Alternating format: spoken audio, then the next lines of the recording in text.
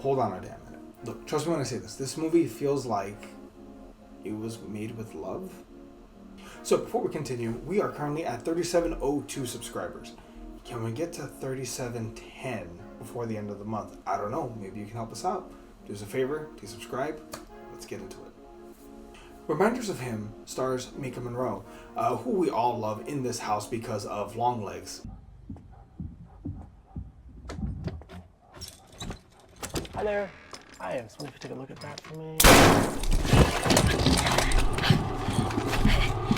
She stars as Kenna, an ex-con who spent, I believe, 7 years in prison.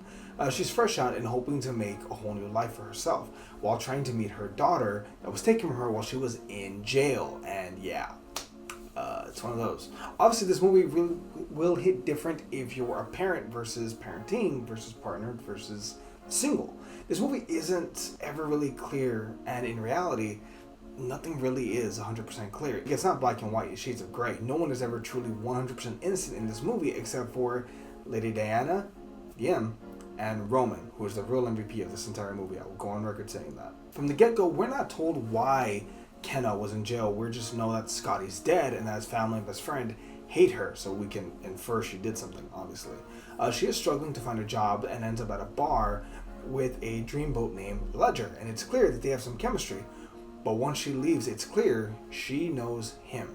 Ledger is Scotty's best friend, but they never met in person, Ledger and Kenna, so he didn't recognize her. She ends up at Scotty's house where his parents are raising them as best they can when Ledger, who lives right across the street, stops Kenna, realizing, oh, I know who you are.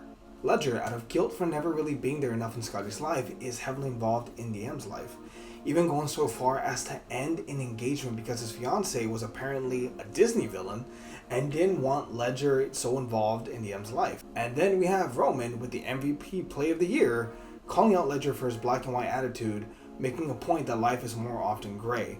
Thus, Ledger begins to get to know Kenna and understanding that she never didn't grieve. So, at one point in the movie, Ledger says that the reason why she got, they hate her so much is because it seemed like she was unremorseful, when in reality, to her, she was depressed. She just lost the love of her life. And then we find out more as to go, but they understand she was distraught. That's why she seems so emotionless. Courts called her remorseless. She just lost her fiance and felt guilty. She ends up showing Ledger these letters that she had written to Scotty over the years and how she still carries him with her. Ledger tells Kenna about Diem over time as the family is apprehensive, and this is when we see a small glimpse of Scotty. The meet cute was, well, cute. Scotty and Ledger did seem to be good friends who spoke often. Scotty and Kenna seemed to really love each other, but that's when we find out what happened. Kenna hit a pothole that caused the accident, and that's when she checked on Scotty, but his arm had been crushed. She thought he was dead, so she went to go get help. Next thing she knew, she was passed out at home. Turns out, again, his arm had been crushed. He was still alive. He did die, but they found him alive in the car, and she felt guilt, so she pleaded guilty. That's what she deserved. Had she known she was pregnant, she wouldn't have pleaded guilty and fought it. And thus, Ledger learns the truth, and so does Patrick, Scotty's dad, who punches Ledger and leaves after catching them together. Kenna is prepared to leave so that Diem can at least have a better life, one with Scotty's parents and with Ledger in her life. But that's when Ledger pulls that card. I've given that little girl 5 years of my life, you owe me this card. Grace reads the letter that Kenna wrote that night and gives her a chance. The final minutes of this movie are of Kenna meeting her daughter and the time that they'll spend together. And honestly, this movie feels like it was crafted with love. There are multiple things that are set up and that are used multiple times throughout the film.